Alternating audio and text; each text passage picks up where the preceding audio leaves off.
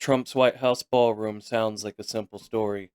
A president wants a giant ceremonial room. Supporters call it modernization. Critics call it vanity.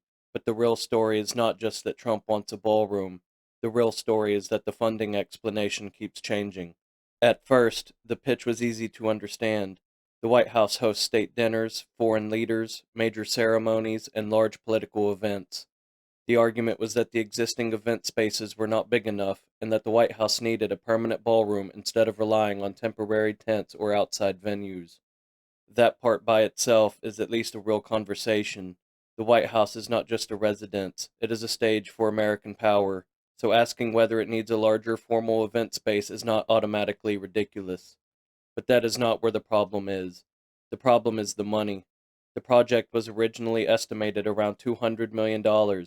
Then it moved toward $300 million, then $400 million, and now reporting says the total cost could be closer to $600 million. That matters because this project was not sold as a normal taxpayer-funded construction project. It was sold as taxpayer-free. Trump said private donors would pay for it. The White House pointed to money from supporters, companies, and wealthy donors. That framing made the project easier to defend, because if taxpayers are not paying, critics just sound like they are complaining about taste. But now reporting says hundreds of millions of dollars in public money may be tied to the project anyway. A reported $352 million was moved from funds designated for the Secret Service in the One Big Beautiful Bill toward the East Wing project. That came after Congress rejected a $1 billion request for the East Wing modernization project. So the obvious question is, if Congress would not fund it directly, why is the money now showing up through security-related accounts? And records obtained from Clark Construction make it even harder to ignore. Those records reportedly call for $155 million from Secret Service funds, $149 million from the White House Military Office, and $3 million from the executive residence. That is not a rounding error.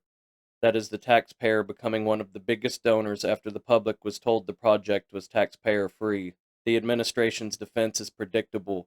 They are not just calling this a ballroom anymore. They are talking about security, hardened event space, drone threats, Secret Service needs, and White House protection. And some of that may be legitimate. Presidents need security. Major events need protection. The White House is an obvious target. But that is exactly why the label matters. When something is called a ballroom, people ask why private donors are paying for it. When something is called security, people ask whether taxpayers have to pay for it. That is the shift. If this is a mixed public-private project, then say that clearly. If donors are paying for the decorative ballroom while taxpayers pay for security infrastructure underneath it, then say that clearly.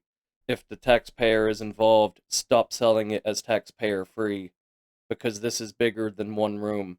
Washington has a habit of changing labels when the original label becomes inconvenient. A donation becomes patriotism. A ballroom becomes modernization. Modernization becomes security. Security becomes taxpayer money. And somehow, the taxpayer becomes the backup donor no one was supposed to notice. So the question is not whether America can afford a ballroom. The question is whether the public was given the real bill.